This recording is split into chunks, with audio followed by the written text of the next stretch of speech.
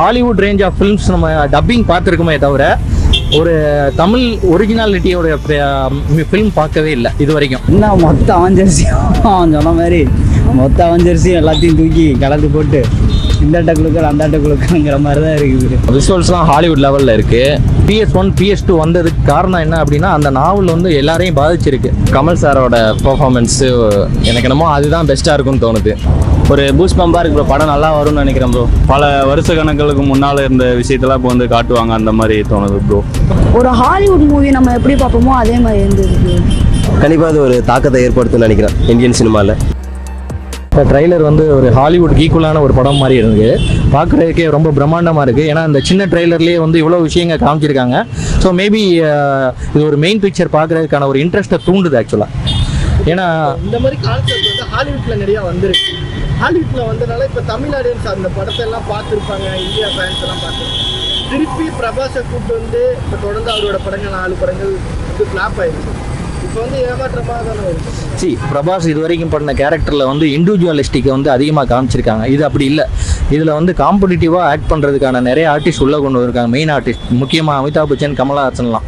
So அப்படின் போது அவர் வந்து அவருடைய மெயின் கேரக்டர் இதில் இருக்கிறதுக்கான சான்சஸ் கம்மி தான். ஏன்னா மித்தவங்க அவரை பீட் பண்ணுறதுக்கான ஸ்கோரிங் அதிகம் பண்ணுறதுக்கான பாசிபிலிட்டி இருக்குது. இன்னொன்று நீங்கள் சொன்ன மாதிரி இந்த ஹாலிவுட் ரேஞ்ச் ஆஃப் ஃபிலிம்ஸ் நம்ம டப்பிங் பார்த்துருக்குமே தவிர ஒரு தமிழ் ஒரிஜினாலிட்டியோட ஃபிலிம் பார்க்கவே இல்லை இது வரைக்கும். பாகுபலியை தான் வந்து அதிகமாக நம்ம ரசித்து பார்த்துருக்கோம். அதை வந்து அதிகமாக வந்து பிரம்மாண்டம் சொல்லி இது பண்ணியிருக்கோம். இது அதை விட 3 மடங்கு ஜாஸ்தி இருக்கும். இப்போ பாகுபலியில் கூட அந்த ஃபைட்டு, அந்த சாங்கு எல்லாமே கலவையாக இருக்குது. இதில் ஜஸ்ட் ஒரு அந்த ஹாலிவுட் ரேஞ்சு கம்பேர் பண்ணும்போது மோஸ்ட்லி கம்மியாக தானே இருக்கும். ஏன்னா வந்து இந்த பட்ஜெட் பண்ணி எடுத்திருக்காங்க. அந்த 1000 crores ரீச் ஆகும். Worth enough. என்ன ரீசன் அப்படின்னா பிஜிஎம் வந்து பார்த்தீங்கன்னா இதுவே வந்து காமிக்குது. என்ன ரீசன் அப்படின்னு பார்த்தீங்கன்னா அந்த பிக்சர் குவாலிட்டியாக இருக்கட்டும், இல்லை வந்து பிஜிஎம்மாக இருக்கட்டும், இல்லை இந்த கேரக்டர் செலெக்ஷனாக இருக்கட்டும், எல்லாமே டிஃப்ரென்சியேஷன் இருக்குது. இன்னொன்று என்ன அப்படின்னு பார்த்தீங்கன்னா நம்ம டப்பிங் பார்த்து பழகுனதுனால ஒரு போர் அடிச்சிருமோன்னு நினைக்கிறீங்க. அப்படி இல்லை. இது நம்மளுடைய ஆர்டிஸ்ட் வந்து நம்ம ஒரிஜினல் ஆர்டிஸ்ட் வரும்போது என்ன ஆயிருது அப்படின்னா டப்பிங் பார்க்குறதுக்கு இதுக்கு வந்து டிஃப்ரென்சியேஷன் இருக்கும். அந்த டிஃப்ரென்சியேஷன் கிளியராக காமிச்சிருக்காங்க. பார்க்குறதுக்கு இன்ட்ரெஸ்டிங்காக இருக்குது. இப்போ வந்து அமிதாப் பச்சன் சாரும் இருக்காரு. அவரோட காலத்தில் ஃப்ரீக்காக இருந்தார். இந்த படத்தில் வர தேவையில்லை. அதே மாதிரி கமல் சார் தமிழ்நாட்டில் ஃப்ரீக்காக இருக்காரு. 8 பேருமே வந்து ஒரு கெஸ்ட் ரோல் பண்ணுறாங்க. அது எப்படி? அதாவது கல்கி படத்தில் ஒரு கேரக்டர் கிடைச்சா போதும் அப்படின்னு நினைக்கிற மாதிரியான ஒரு விஷயங்கள் தான் அதிகம். ரீசன் என்ன அப்படின்னா கல்கி வந்து ஒரு பெரிய சகாப்தம். அதாவது ஒரு நம்ம வந்து PS1 PS2 வந்ததுக்கு காரணம் என்ன அப்படின்னா அந்த நாவல் வந்து எல்லாரையும் பாதிச்சிருக்கு. அதே மாதிரி தான் இந்த கல்கியும் அப்படி தான். என்ன காரணம் அப்படின்னா கல்கியோடைய நாவலை அப்படியே இப்போ எடுத்தோம் அப்படின்னா யாருமே ரசிக்க மாட்டாங்க. இதை இந்த மாதிரியான ஒரு பிக்சரைசேஷன் காமிச்சு இதை வந்து டைவர்ட் பண்ணால், அதாவது ஹாலிவுட் ரேஞ்சுக்கு மாற்றினா மட்டும்தான் இது வந்து இப்போ இருக்கிற ட்ரெண்டுக்கு நல்லா ரசிக்க முடியும். அதை கரெக்டாக பண்ணியிருக்காங்க. அதுக்கான கேரக்டரைசேஷன் வந்து கரெக்டாக வந்து சூஸ் பண்ணியிருக்காங்க. நீங்கள் சொன்ன மாதிரி இந்த நாவலில் ஒரு பார்ட்டாக இருக்கிறதுக்கான ஒரு சான்ஸ் கிடைக்காதா அப்படின்னு யோசிச்சுக்கிட்டு இருக்கும்போது, ஏன்னா நம்ம பொன்னியின் செல்வன்லேயே கூட கேட்டிருக்காரு கமலோ ரஜினியோ, எனக்கு ஒரு கேரக்டர் கொடுத்தா நல்லா இருந்திருக்கணும். அந்த மாதிரியான விஷயங்கள் தான் இப்போ நடந்திருக்கு. மேபி இந்த கல்கியோடைய படத்தில் நம்ம அதை மிஸ் பண்ணிட வேணாம்னு நடிச்சிருக்கிறதுக்கான சான்சஸ் இருக்குது. அதை தான் இப்போ பார்க்குறேன். இந்த மியூசிக் பார்த்தீங்கன்னா சந்தோஷ் நாராயணன் சூஸ் பண்ணியிருக்காங்க. ஏஆர் ரஹ்மான் இருக்காங்க. இன்னும் ஹிந்தியில் தெலுங்குல இன்னும் சரியாக இருந்திருக்காங்க. அதை தாண்டி சந்தோஷ் நாராயணன் கொடுத்துருக்காங்க. எப்படி இருக்காங்க? சந்தோஷ் நாராயண் வந்து அவருடைய பாட்டை பெர்ஃபெக்டாக வந்து இதில் காமிச்சிருக்காரு. என்னன்னா இதுக்கு வந்து ஃபஸ்ட்டு நம்ம அந்த ட்ரெய்லர் பார்க்கும்போதே என்ன ஒரு தெரிஞ்சுது அப்படின்னா உண்மையிலேயே நம்ம வந்து டப்பிங் படம் தான் பார்க்குறோமா அப்படின்ற மாதிரியான ஒரு ஃபீலிங் முதல்ல இருந்தது. அப்புறம் தான் சந்தோஷ் நாராயண் பேர் வரும்போது அவ்வளோ நல்லா பண்ணியிருக்காரு இதில். ஸோ பிஜிஎம் வந்து ஒரு நல்ல பெரிய விஷயமா பேசப்படும்னு தோணுது. தமிழ் ஆடியன்ஸ் இந்த பொறுமையாக உட்காந்து எப்படி தான் படம் புரியவர் பொறுமையாக உட்காந்து பார்ப்பாங்க. கட்டாயம் பார்ப்பாங்க. காரணம் என்னென்னா அந்த மாதிரியான ஒரு பிக்சரைசேஷன் காமிச்சிருக்காங்க இந்த 3 மினிட்ஸ்லேயே. அப்போ இதை வந்து ஒரு எதிர்பார்ப்பை கிரியேட் பண்ணியிருக்காங்க. முக்கியமாக என்ன காரணம் அப்படின்னா கேரக்டர் தான். கேரக்டரோட டிஃப்ரென்சியேஷன் காமிக்கும் போது இவங்க எப்படி பண்ணியிருப்பாங்கன்ற ஒரு எதிர்பார்ப்பை கிரியேட் ஆகிட்டு இருக்கு. அதே மாதிரி ஓவராலாக பார்க்கும்போது இந்த படம் எப்படி இருக்கும், ஏன்னா கல்கியை பேஸ் பண்ணி எடுத்திருக்கிறதுனால இதை வந்து எப்படி வந்து ஃபுல்லாக அந்த 3 ஹவர்ஸ்க்கு எடுத்திருப்பாங்களான்ற ஒரு எதிர்பார்ப்பும் இதில் இருக்குது. ப்ரோ சூப்பராக இருந்துச்சு ப்ரோ. ஒரு ஹாலிவுட் மூவி நம்ம எப்படி பார்ப்போமோ அதே மாதிரி இருந்தது ப்ரோ. அதில் யார் நடிச்சிருக்காங்கன்னு தெரியல வந்து. இது பாகுபலி ஹீரோ பிரபாஸ் ப்ரோ. அவரோட ஃபோட்டோஸ் எல்லாம் எப்படி இருக்குது? அதாவது ஒரு டிஜிட்டல் உலகம் இப்படி வந்தால் எப்படி இருக்குமோ அந்த மாதிரி இருந்துச்சு ப்ரோ. சூப்பராக இருந்துச்சு ப்ரோ. அந்த காரெல்லாம் வந்து ஒரு வேல்டை பற்றி பேசுனாங்க. இந்த மாதிரி நீ ஹாலிவுட் படங்கள் நிறைய பார்த்துருக்கேன். இந்த படம் உனக்கு பார்க்கும்போது, இந்த ட்ரைலர் பார்க்கும்போது உனக்கு என்ன ஃபீல் ஆகும்? அதாவது ஒரு டிஜிட்டலும் நார்மலும் வந்தால் எப்படி இருக்கும் ப்ரோ அந்த மாதிரி இருக்குது. பிரபாஸ் வந்து சூப்பராக கட்டியிருக்காங்க ப்ரோ.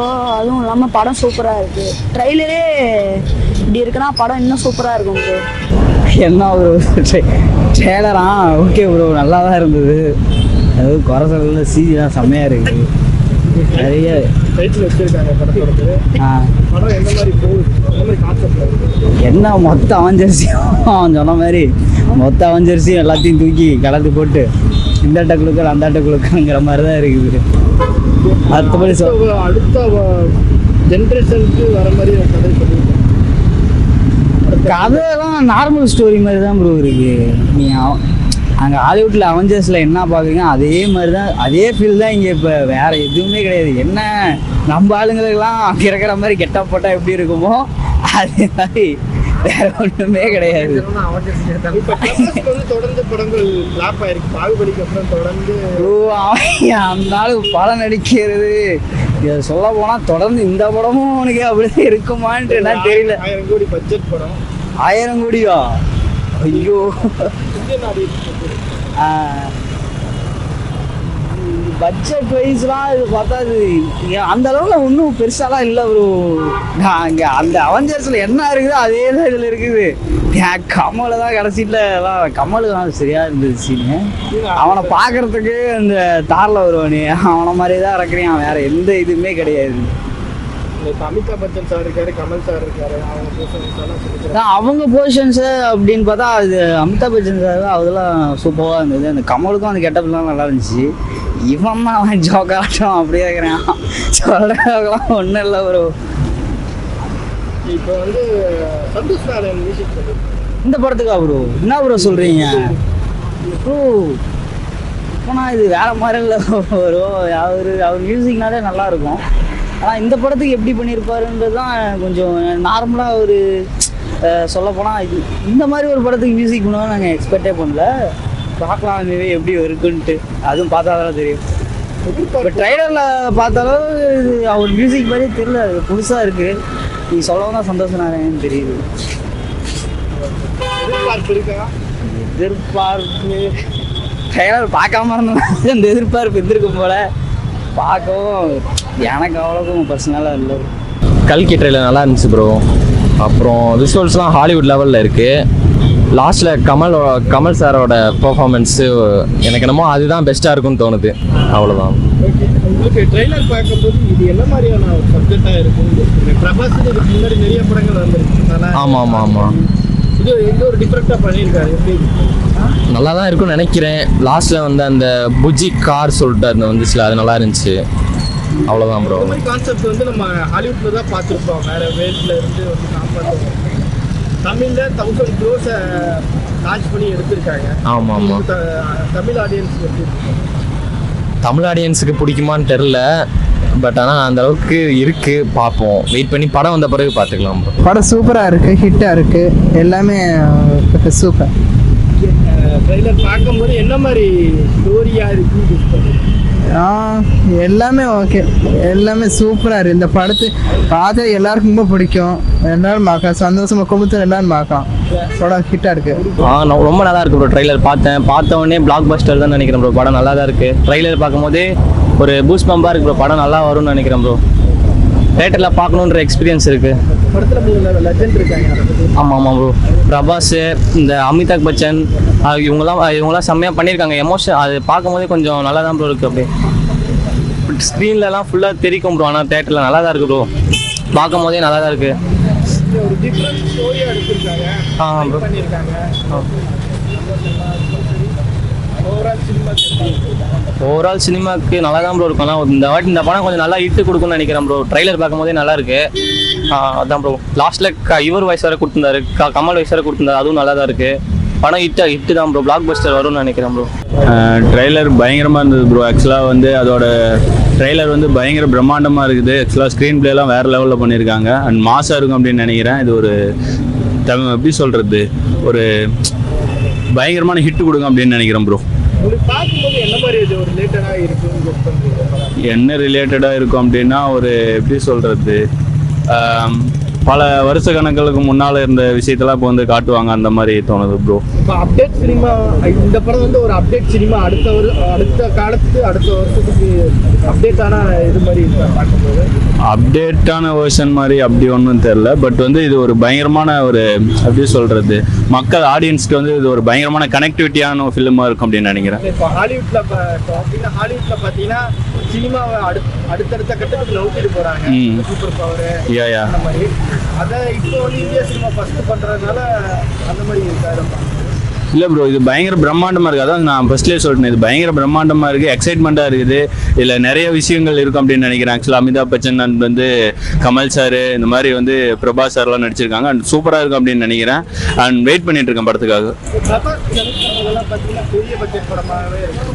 இந்த படம் அவருக்கு எப்படி இருக்கு? இந்த படத்தில் அமிதாப் பச்சன் சார், கமல் சார் 3 லட்சம் இருக்காங்க.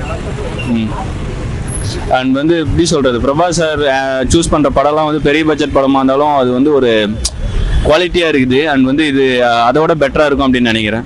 தமிழ் ஆடியன்ஸ்க்கு இந்த படம் எப்படி அமையும்?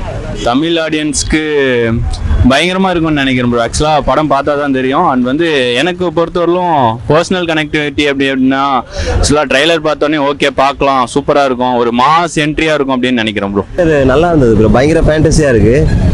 ஸோ பெரிய பெரிய ஆக்டர்லாம் இருக்காங்க இல்லை, அப்புறம் ஹீரோயின்ஸ் நல்லா இருக்காங்க. பசுபதி சார் முக்கியமாக நடிச்சிருக்காரு. ஸோ ஒரு டைப் இருக்குது. ஆக்சுவலி இது பயங்கரமான ஒரு ஃபேண்டஸியாக இருக்குது, நல்லா இருக்கும்னு நினைக்கிறேன் அந்த தேட்டர் எக்ஸ்பீரியன்ஸ் பார்க்கும்போது. ஸோ வெயிட் பண்ணி தான் பார்க்கணும். 60 வருஷம் கழிச்சு ஒரு உலகத்தை காட்டுற மாதிரி ஒரு சூப்பர் பவர். அதுதான் கொஞ்சம் அது அதுதான் அப்புறம் பார்த்தா தான் தெரியும். ஆக்சுவலி நல்லா இருக்கும்னு நினைக்கிறேன் தேட்டர் எக்ஸ்பீரியன்ஸு, ரொம்ப ஃபேண்டஸியாக இருக்குது. 3 லெஜெண்ட் நடத்திருக்காங்க. அமிதாப் பச்சன் சார், கமல் சார்,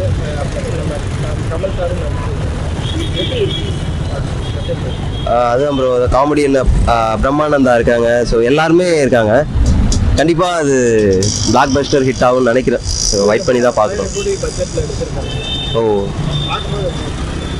கண்டிப்பாக இது ஃபஸ்ட்டு படமா ப்ரோ இந்தியாவிலேயே 1000 crore எடுத்த படம். ஐ திங்க் பெரிய பட்ஜெட்னு நினைக்கிறேன், ரொம்ப பெரிய பட்ஜெட்டு. கண்டிப்பாக அது ஒரு தாக்கத்தை ஏற்படுத்தும்னு நினைக்கிறேன் இந்தியன் சினிமாவில்.